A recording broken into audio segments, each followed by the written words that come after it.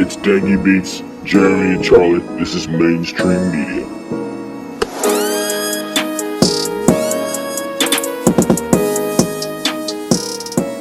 Hello, ladies and gentlemen. Mainstream Media back. Today we're here. It's just me and Dangy. We're without our host Jeremy. He's getting some dental work done, so he wasn't able to join us today on the show. But doesn't matter. We're gonna get right into some viewer questions. First one is they want to know our thoughts on the Final Four. Dangy, I'll let you start. What you got to say about that? All right, well, as we know, this Saturday coming up, Final Four games are going to be played on the right side of the bracket. You got UNC, the 1 seed, versus Oregon, the 3 seed. And on the other side, you have Gonzaga, who was the 1 seed, versus the shocking South Carolina team. 7 seed. 7 seed. Insane. It was their first. Was it their first? First Sweet 16. First, it was their first Sweet 16 ever. Down. Obviously the final. They've never been to a Final Four if they never even have been to a Sweet 16. South Carolina is an SEC team, kind of a football school. You don't really think of them to be good at basketball, but they got a pretty good coach over there, and their best player Thornwell right? He's insane. He's been putting up crazy numbers in March right now. Yeah, he's just got the ability to take over the game, and he's probably one of the best players in this tournament right now. And at this time of the year, that's when that stuff really shows. The guys who it's all about focus at this time. Some of these players have never been in situations like this, playing in games with just packed arenas, all these people watching them, immense amount of pressure. But that's when you see the real competitors and true great players come out right now, just like that guy Thornwell in South Carolina. So, what I'd like to talk about next is obviously these teams had crazy journeys on getting to the Final Four. You look at Oregon, the 3 seed, who kind of emerged as a basketball power within the past couple of years. Yeah, normally definitely known for football. Them coming out, they had very close games. I think they had 3 1-point victories, or at least 2 in another close game playing too. Providence and then beating Kansas, which was insane. They were down like the entire game to URI, literally until the last minute. They finally took the lead. So, just an kind of improbable run for them to come away with some of those victories. I thought they were going to lose to Michigan. I thought they were going to lose to URI. They kept coming away with those small victories, and then they upset Kansas, which I could not see happening. They just controlled the Kansas game. They couldn't miss.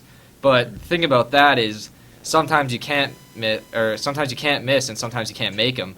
So if they're playing live and die by the 3, you got to wonder how it'll fare against UNC. Definitely, UNC is a very complete, good basketball team. They just beat Kentucky, who had just handled UCLA. So UNC looks like. I think I'd take UNC on that side. I have UNC personally winning my bracket and winning it all. Looking at that game against Kentucky, crazy game by the way. Yeah. In the last 2 minutes or last minute, Kentucky hit 3 3-pointers. Yeah, almost made a comeback. They were down by Monk 10. And De'Aaron Fox just took control of the game, but in the end, it was UNC with Luke May coming with a far 2. Yeah. He dribbled all the way up the floor, right, and got a shot off last second. Passed it up. They ran the court up, passed it over to Luke May, who's a big guy, and just right in front of the 3-point line, drained the 2-pointer with some 0.4 seconds left. Yeah, and we've seen. I feel like we've seen plays like that a lot in the past 2 years. Actually, it all started in the national championship last year. No timeouts. There's 4 seconds left. These players they're throwing it in. They're just making a run for it, and it just seems like these teams are almost scared to play really tight defense in those situations and try and avoid a foul. But it happened in the national championship. They ran up the floor, and then it was a deep 3, but it was open. Nobody was in his face. Then against Florida, against Wisconsin, they didn't really get in that guy's face, and they just kind of followed him up. But then he got an open shot. It was a crazy shot, but there was no. If you look, there was just no one in his face. So same thing in the Kentucky game. You got to be a little more aggressive. I think refs tend to not call too many fouls in those situations. So it's been a trend. I feel like in these a lot of buzzer beaters going down like that.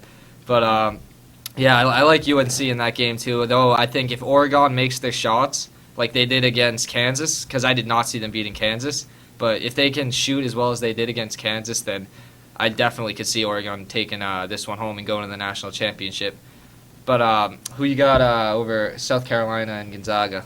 Gotta say, I think I'm gonna see a South Carolina upset going through again. You know, Is it an upset at this point though? I feel like they've proven that they their can clearly. their seeding being an upset, but Yeah, of course. realistically, they've been playing. I feel like they might be the favorites. Yeah, they've been unstoppable. I mean, Gonzaga being a 1 seed, you know, you gotta look for that. But I just think South Carolina has the motivation to go through and prove all these people who looked at them as a 7 seed, and you know, take it to their first national championship. And I see that coming from South Carolina. Yeah, I think I agree. It's such a weird matchup because Gonzaga, this is Gonzaga's first Final Four ever actually too, which is kind of weird because usually Gonzaga's pretty good. Usually they're a top 4 or 5 seed, but they just always, you know, they choke. I'm not gonna say they choke, but they've never been able to make it to the Final Four, and they're a pretty good basketball organization. So, you know that. I like Gonzaga, but from what I've seen out of South Carolina, they just seem like they're better than people expected. You know, they're the 7th seed, but they beat Duke. They beat a veteran Duke team, which that's when I was like, okay, this team seems legit. I mean, they just beat a team with Grayson Allen, Luke Kennard, Harry Giles, Jason Tatum.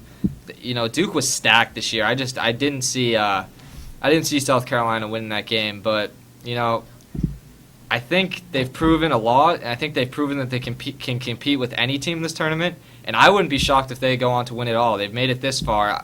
I'm taking South Carolina. I think it's going to be a South Carolina-UNC national championship. That's a game that I would love to see, and I actually saw this the other day that Bourneville was recruited by UNC, but Really? they told him to.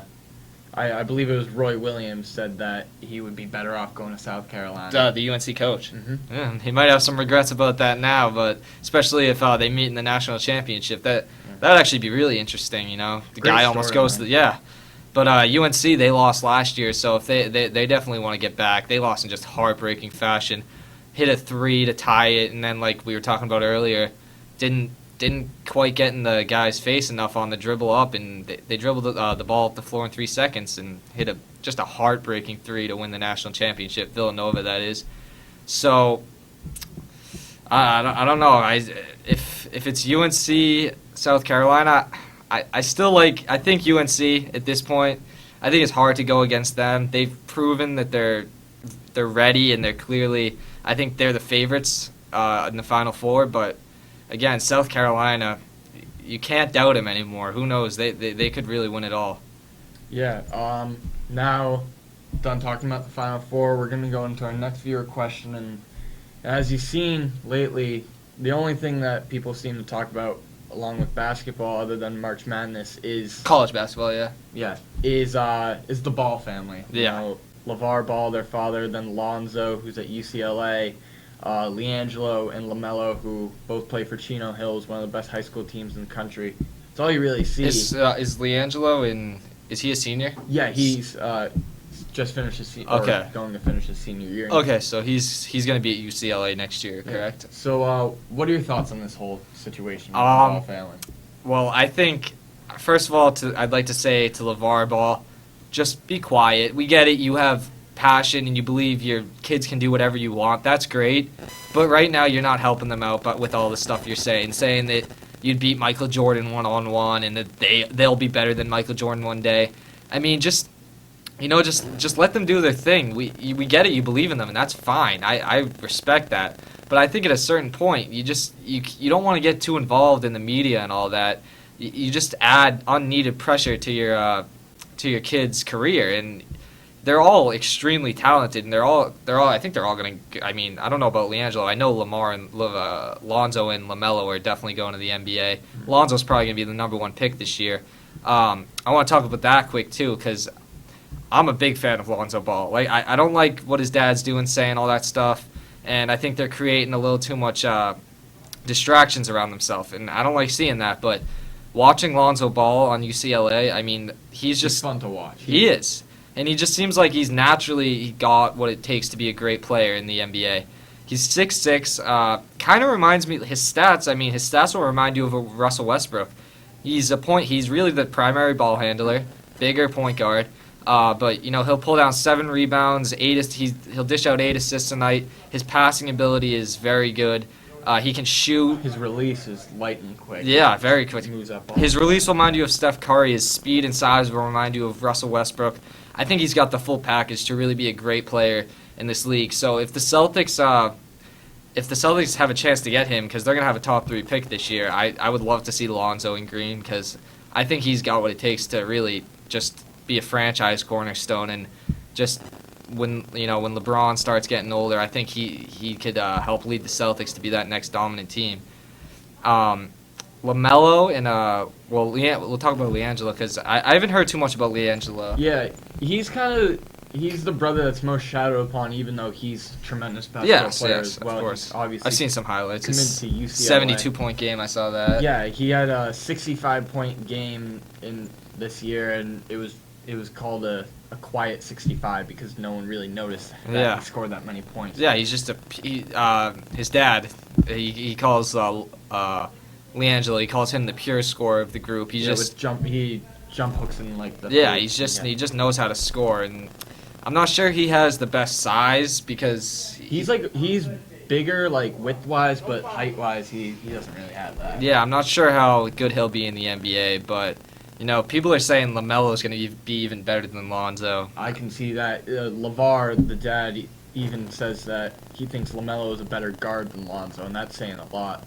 LaMelo, obviously, last year as a freshman led Chino Hills to a state championship, being one of the best high school basketball teams in the country. That's pretty insane. This year, that's kind of all you see. He's a sophomore, arguably the number 1 in the class of 2019. Put up 92 points. He just scores a stupid amount. And I thought he was about 6'1", 6'2", but yesterday I heard he's like closer to 6'4", 6'5". So yeah, he's getting bigger. If he's only a sophomore and if he's already about 6'4", I mean, he's clearly got all the potential. People are saying he's going to be better than Lonzo. I don't know about that, because Lonzo Ball's got the passing ability of Jason Kidd, the speed and strength of Russell Westbrook. I love what I see out of Lonzo Ball. I think he's the perfect package for just to be a tremendous player in the NBA. I mean, his game is going to translate really just perfectly to the NBA. Some guards, they'll be great in college, but then they don't have the size or agility, strength to really make it at the next level. But I think Lonzo Ball is ready to do that. He's only a freshman, but I think he's ready definitely to lead a team in the NBA. So, we'll see where he falls in the draft, or where the Celtics fall in the draft, because I think Lonzo's going number 1. Yeah, it's in between him and Markelle Fultz, and quite honestly, well, the difficulty with that pick is Markelle Fultz proven enough? I mean, he played at Washington. He's obviously a tremendous scorer and so forth, but Washington didn't really do much this year. Yeah, Lonzo Ball led the UCLA team. He was the best player on that team, obviously, and just kind of took charge of that team, even as a freshman. Yeah, I mean, we haven't seen UCLA. They lost to Kentucky. It was a tough game, but Kentucky was just making every shot. Yeah. I mean, De'Aaron Fox. Yeah, but yeah, I love what I saw out of Lonzo and Markelle Fultz. That's a similar situation to Ben Simmons last year. Simmons missed the NCAA tournament. His team wasn't very good. But he was clearly one of the top 2 or 3 players, and he ended up going number 1 overall. So, if scouts still like Markelle Fultz's ability, and I think it doesn't really matter to some people about the NCAA tournament and how good the team is, because they just want the best player. But definitely for me, I love seeing the top picks in the in the March Madness. I mean, that's where you want to see them, because if you as an organization, you want your guys playing in those big games, so you want to see how they perform in those type of games. I think Lonzo played well this tournament, but his team Kentucky just overpowered him. But other than that, I've loved what I've seen. I think that's all we got on the ball, brothers. Feel free to send in some more questions. We'll be answering as many as we can. It's another episode of Mainstream Media. Thank you. See you.